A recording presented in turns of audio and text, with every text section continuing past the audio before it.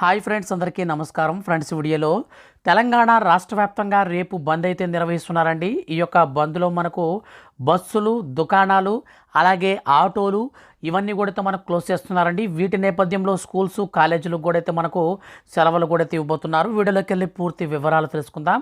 Friends, video కనుక నచ్చితే like చేయండి.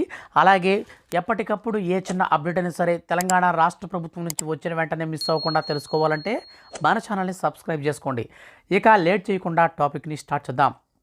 మహాలక్ష్మి పథకం పైన చాలామంది ఆటో డ్రైవర్లు అయితే అసంతృప్తితో ఉన్నారండి.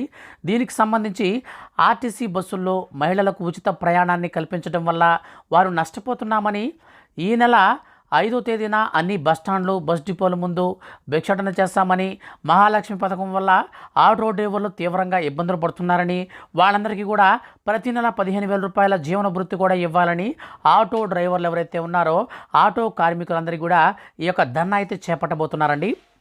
సో దీనికి సంబంధించి రేపైతే మనకు బంద్ అయితే ఉంటుందన్నమాట ఆటో డ్రైవర్ల వల్ల. అలాగే మనకు మరోవైపు ఆర్టీసీ అద్దె బస్సుల యాజమాన్యాలు రేపటి నుంచి సమ్మెకి అయితే దిగబోతున్నారండి. మహాలక్ష్మి పథకంతో ప్రయాణికుల సంఖ్య పెరిగిందని, రద్దీ పెరిగితే బస్సులు పాడవుతాయని ఆందోళన వ్యక్తం చేస్తున్నారు. రద్దీ వల్ల ప్రమాదాలు కూడా జరిగే అవకాశం ఉందని వారు తెలుపుతున్నారు. దీంతో టీఎస్ఆర్టీసీ యాజమాన్యం వారిని ఇవాళ చర్చలకు ఆహ్వానించింది.